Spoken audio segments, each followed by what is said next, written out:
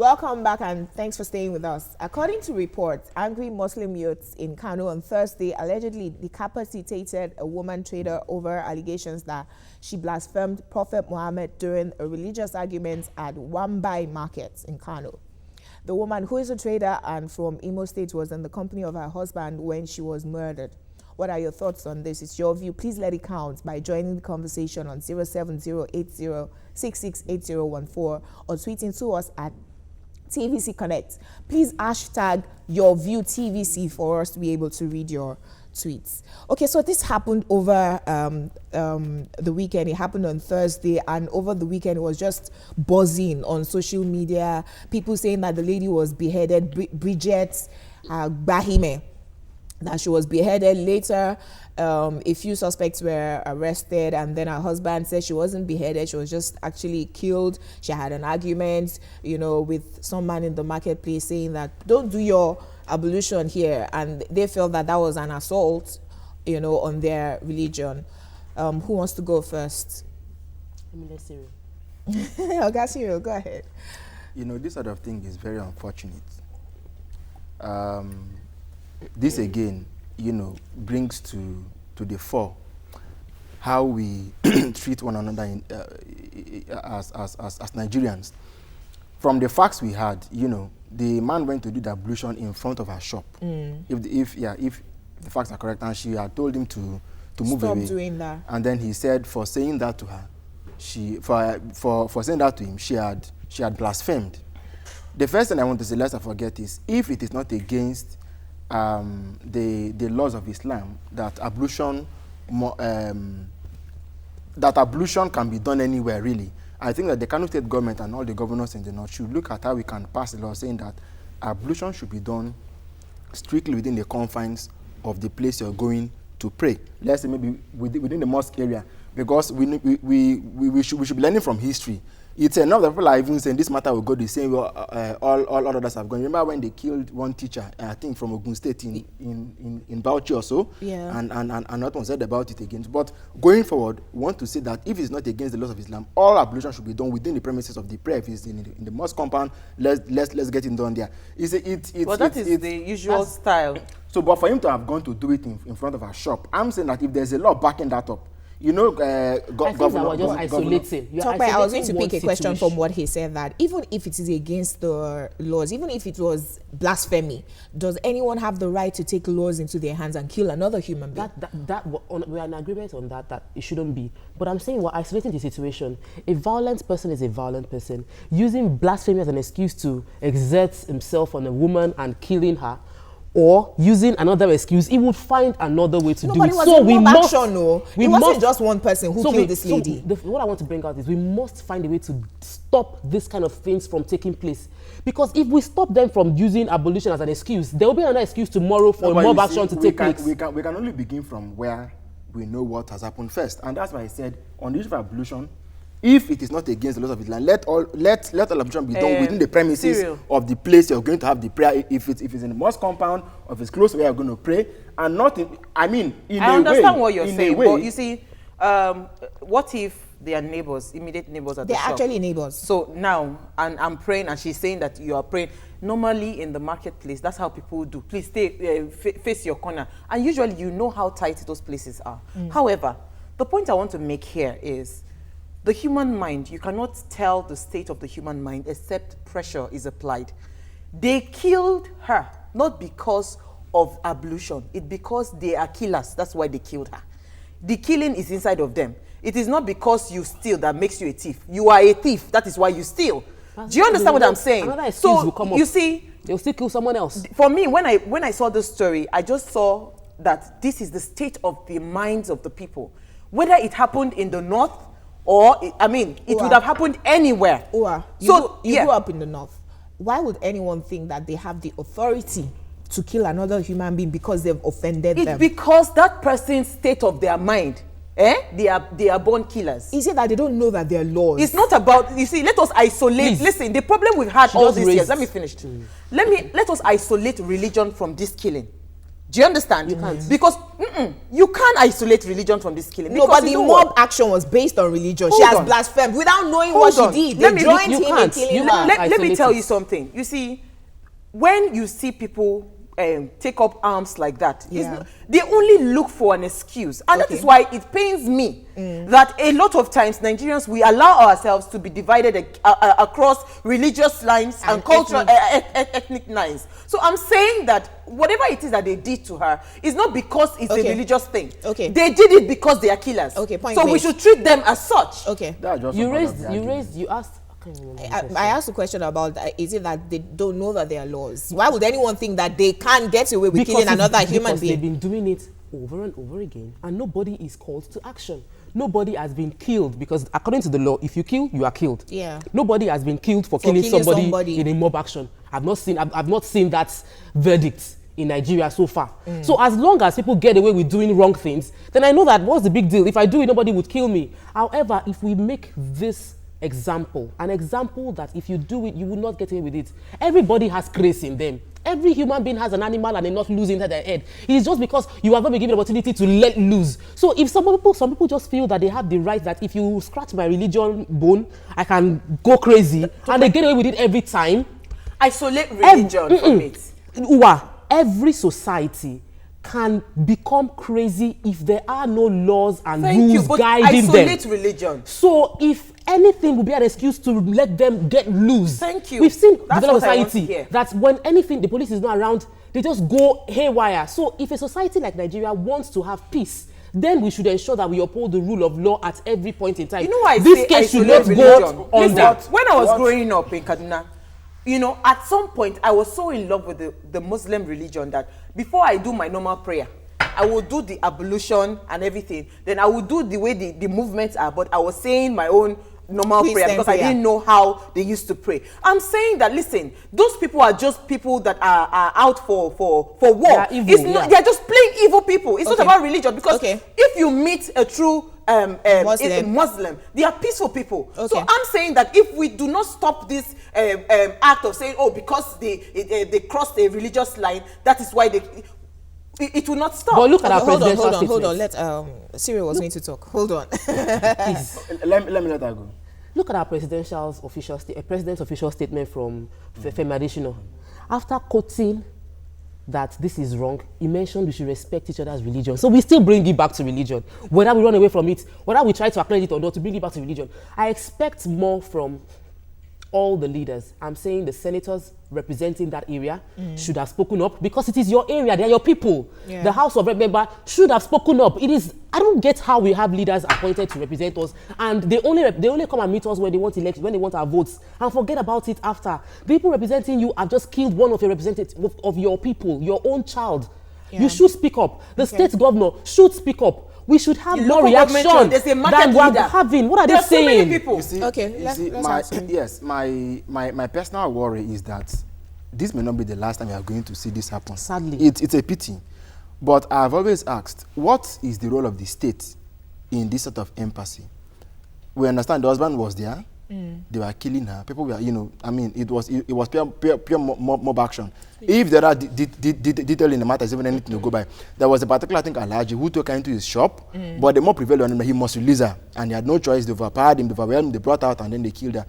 In the time all these were happening, was the police on response? When I say that, for starters, we can begin by saying that, okay, because this has happened and this was the reason that was given, we can make a law.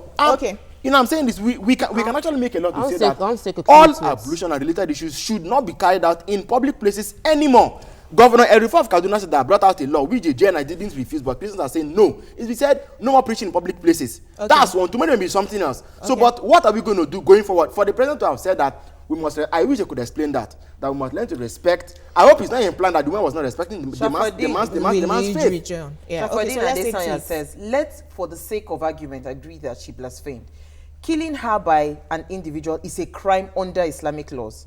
Then Kalu Gifty says, when such a thing is being allowed, how then do you tell the young ones that Nigeria is one? So sad religion is dividing us. Then JK says, I agree with you, Uwa. How will someone with So, okay, that's talking about the debts. With such amount of debts. Okay, last Gabriel one. Abulime says, those behind the Kano barbaric beheading, killing, should be treated like Boko Haram hoodlums. They are not human.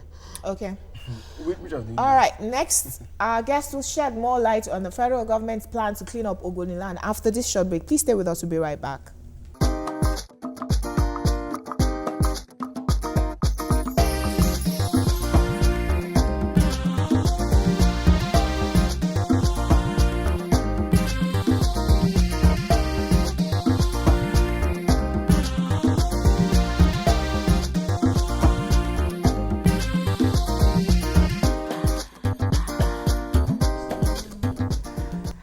Thanks for staying tuned. Due to the pollution and deprivation of the Ogoniland, Vice President Yemi Osinbajo last week launched a $1 billion cleanup and restoration program of the Ogoniland region in the Niger Delta. He announced that financial and legislative frameworks had been put in place to begin implementation made by the United Nations Environmental Program, UNEP. The vice president also warned that the federal government will no longer tolerate oil theft and illegal refineries in the region. What is the impact of this cleanup on the agitation of the people? Joining us on the show right now is the former Commissioner of Delta State and a public affairs analyst, Mr. Ken Okolubo. You're welcome to the show, sir. It's always my pleasure. It's great to have you. Yeah. To join the conversation, please call 07080668014 or tweet to us at TVC Connect. Please hashtag your view TVC for us to get your view. Now, people are saying that the Ogoni cleanup is 30 years late, but better late than never. Yes. Do you agree? Well, I agree because, well, it's better late than never. But you see, so much attention is being given to the Ogoniland because of the fight from Ken Saro-Wiwa. Ken Saro-Wiwa of blessed memory actually led that crusade. You remember the Ogoni Bill of Rights in October 1990 basically asked for the political emancipation of the Ogonis and the economic freedom of the Ogonis. And that was because if you look at it, if you take a case study, you remember in 1956, sometime June 56, if I'm correct, when oil was found in Oloibiri. Yes. That well eventually dried up. Yes. The Oloibiri well. Oloibiri had dried up. And if you go to Oloibiri, which happens to be in Ogbia, where the former president comes from, they can't farm and they cannot actually make use of their water because they're predominantly fishermen in those communities because of the fact that most of them live on the coastline. And now there was nobody to fight the cost of the Oloibiris. Yeah. And that is why you must commend Ken Saro-Wiwa, because Ken Saro-Wiwa brought it out to the fore. Yeah. Ogoni has just been on the world map. There's so many areas, like where I come from, I'm from an oil-producing community in Ndokwa Nation. In fact, the only oil-producing community in Delta North of my state. And I can tell you authoritatively that so many of our waters are polluted, and so many, in fact, apart from pollution, gas flaring is another problem. True. Because we have a major gas deposit in Okpai, where I come from. But because Ken Saro-Wiwa has put Ogoni on the front burner, it became expedient for Ogoni to be forced to be cleaned up. Yes. And again, if you remember in 1993 when he read the 300,000 march. Yes. That made him incur the wrath of Abacha as at then. Yes. Well, the trumped up charges, as they say. And it's sad that nobody has actually challenged those trumped up charges in an appeal court. I thought the children should have been able to do that, and the Ogoni people.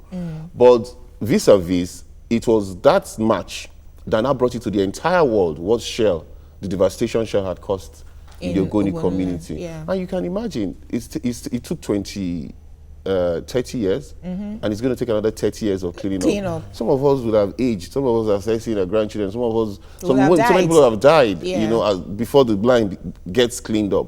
So it's an eye-opener for other communities which have also suffered from this devastation, for this cleanup exercise to begin in earnest. They shouldn't wait for those who are going to be catalysts for change. Now, when I hear Ogoni, I have also been to some creeks in Delta State, and I know that it's not just Ogoniland that suffers this, what's it called, damage. Pollution. What should we do?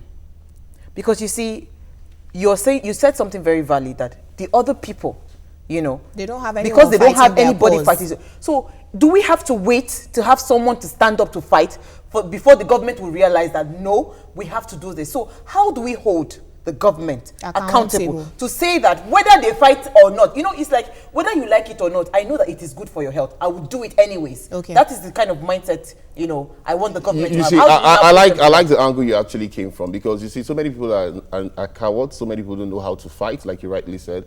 If they didn't have a cancer, and the AIDS, let's not forget the AIDS that were actually hung with him. The likes of Daniel Boko, the likes of Paul, the likes of Felix, there were a couple of them who also fought with cancer.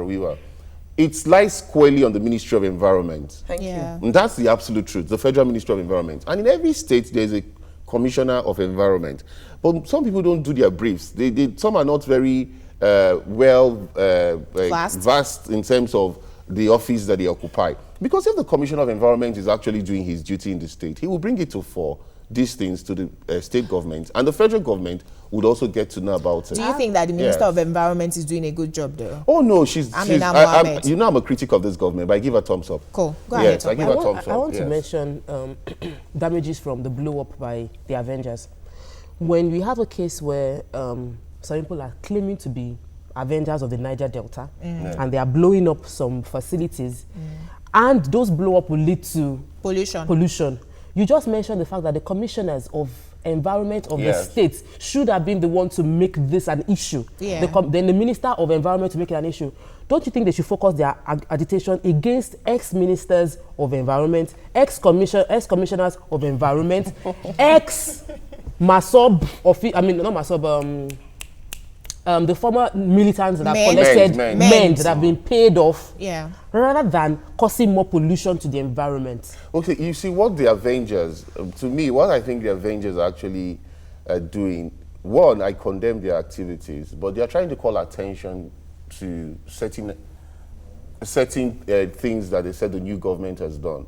That is the Maritime University that has been cancelled, and the fact that, well, a lot of people they tie it up to the anti-graft war.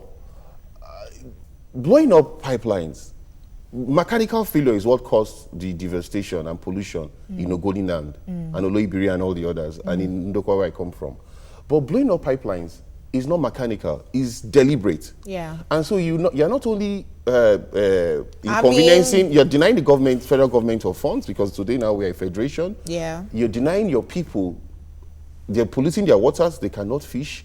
You're polluting their land, they cannot kill. You're even their denying bushmeat, them the 13% derivation. You're also denying them the 13%. That's what I want to say. Without the 13%, I wouldn't have been able to function as a commissioner in Delta State. I had a budget, and my budget came from the 13%. Every month, we waited eagerly for that 13% to be paid, for me to be able to build those roads, for me to be able to build those schools I built for them, for me to be able to build that.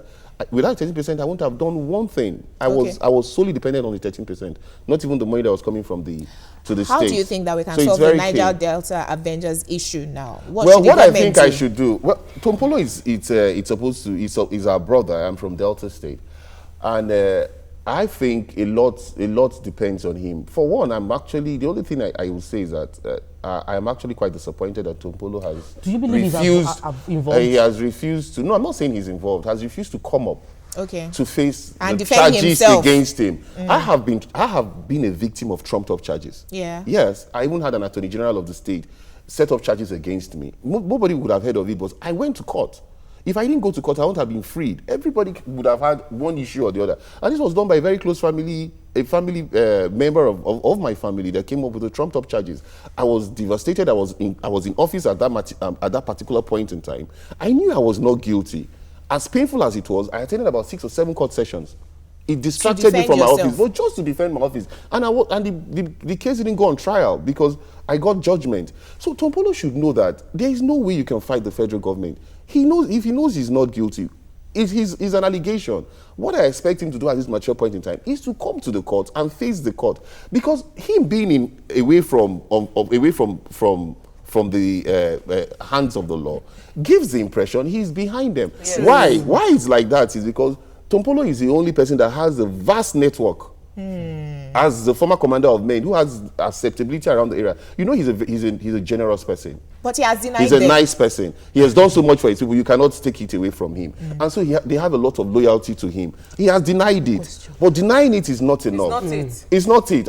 I'm only giving him the best advice as a brother from Delta. Denying is not enough. He must come out and go to the court. After all, Kano has been held for how long?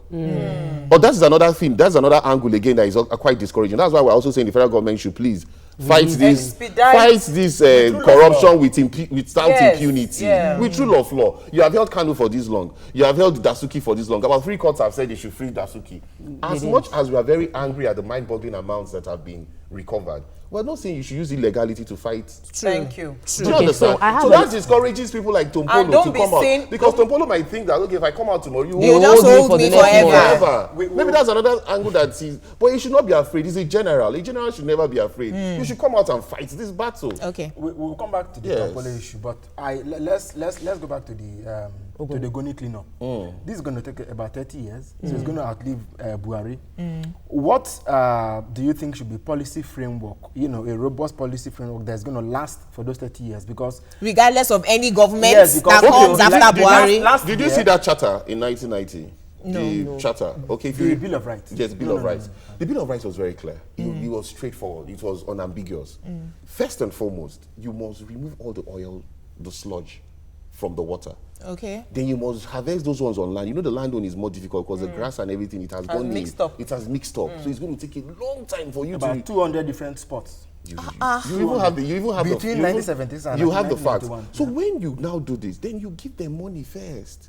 They cannot be hungry. But that's where Hold on. I have you will give them money because the royalties that were meant to be paid to the Ogoni people were not paid. As at the time oil was found in 1956, there was nothing like 13%. Too. Yes. Remember, it was a fight of the likes of James Ibori and others that made the 13% derivation. Pomo. Yes. Do you understand? So nothing was being paid. As at that time, it was hides and skin and palm oil and Granite Pyramid and all the others that were actually cocoa that were actually sustaining us. Okay, so now they should pay them those funds that they did not pay them, which is a lot of money. With that, they can be surviving on that. They can be a commission. But when they say there's no money, where will they see the money to pay sure them? that is paying now. It's not Shell is paying some percentage, 30%. Yes, okay, let us take a short break and we'll come back to this conversation. We'll be right back. Please stay with us.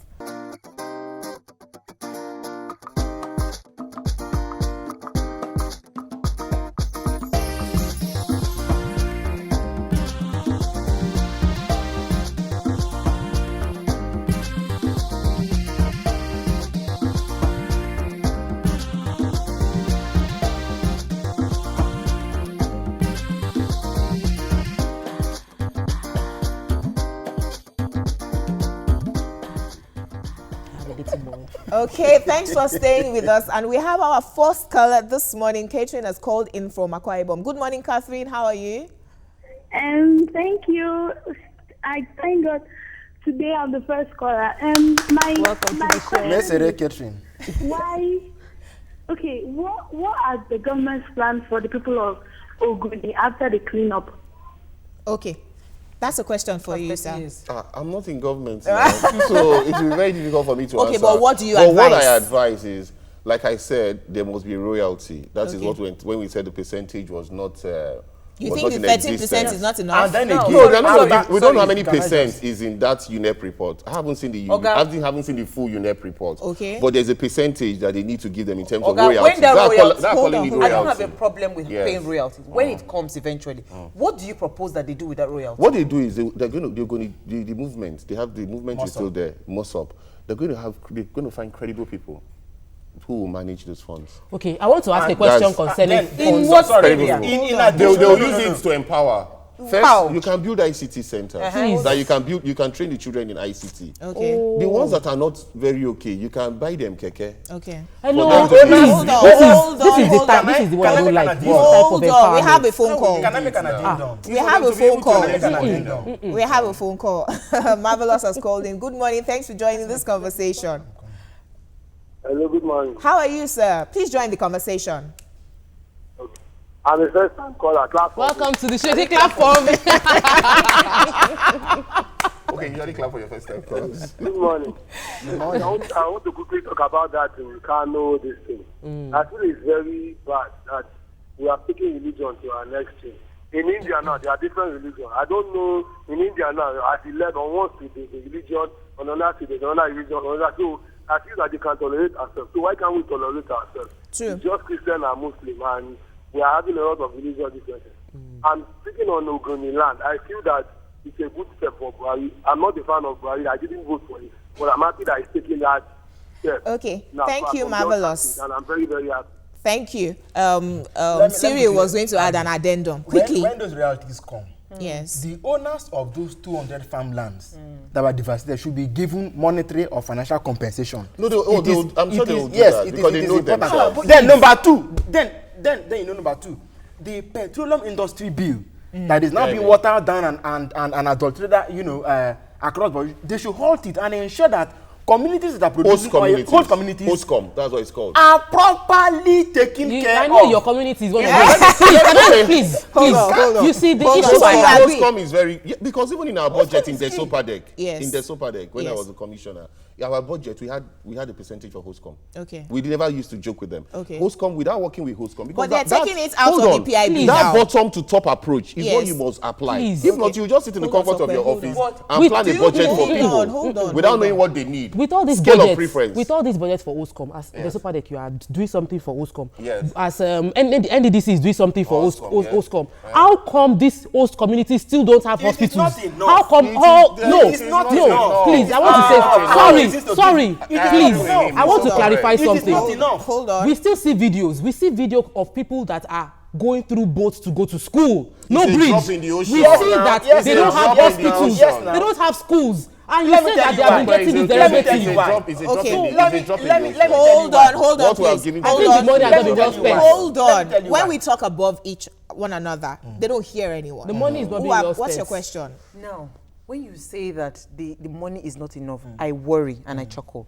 The reason we have a lot of so-called lords in Delta State, because some people have been collecting money. They are sitting on it. They are sitting on it. What I think everybody in this oil producing state should do, take ownership of your land. Because you see, if the people of Ogoniland or wherever in Delta State, they have been empowered, honestly, they will not sit and watch some group blow up pipelines. Okay.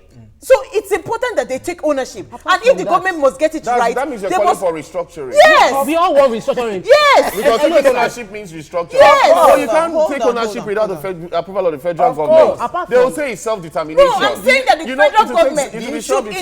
self-determination. I'm saying that the Yes. federal government should initiate talks with the people. No, Forget we can't- about one person so trying that- to represent, because we have seen that anybody that tries to represent his own stomach. Okay, so we have a few people that are really rich right now. Very few people that are really rich within that same community. And I think it's unfair for you to have so rich and so poor within the same community. The leaders of that community are not doing what they should do. You must spread it So we across. also Please go try ahead, to sir. balance it. For example, I'll tell you something. When I was the commissioner there, So, but let's we take had it to next round. quantum of production. I come from the Ndokwa region. I always got the list. The Shekiris got in 100% quantum. The Shekiris got 29%. The Jaws got 27%. The Robos got 21%. The Isokos got 14%, and I get 9%. And I had a colleague. So most times I was cutting my coat according to my cloth. Sometimes I would want to do like 10 roads at the same time. Yeah. But I have just about maybe 100 or 200 million to put across those roads. So what you can do is also depends on who is there. The funds were not always enough because we couldn't. Please, can we Yes, take it to it you? depends on who is there. Depends on who I is was there. able. Maybe I'm trying It's to not be about the modest, money. but I was able to complete about 70 projects Thank you. across So board imagine because if I we was had- managing Sorry, it. Sorry to focus. Let me just... I think we should look focus on road. Don't do road. Don't do road. We don't need road. We need I built hospitals. schools. We need hospitals and I actually school. built hospitals. I Imagine if built we schools. had... But it's not Sorry, enough. sir. Imagine if we had a lot of people like you in different locations. We would have had things being done. We don't want road. Hospitals. Okay, Hospitals please, and can schools. we allow the guest Can say I the say last my last word before we round off? Education first. Well, what I think is we must at least appreciate President Buhari. Whether I like it or not, I'm one of his critics, but we must appreciate him. A man from Katsina, not from your the brother Niger did not do Delta. No, don't say my brother didn't do it. There could have been Your brother did not do issues. But a man from Katsina, from the northeast, being the one who actually started the cleanup of Ogoni, no, he's going to go down in history, and history will be very kind on him. Like in 30 years' time when Ogoni has been cleaned up. Let's not also forget President Obasanjo, who started the UNEP, who actually got UNEP to go into the Ogoniland. Thank you very much, Mr. Ken, for coming on the show it's my today. pleasure. It's been very informative having you on the show. You can also watch repeat episodes on YouTube by going to YouTube.com/TVC Entertainment and search for Your View. Thank you for staying with us. We'll see you tomorrow morning. Have a great day ahead. Bye.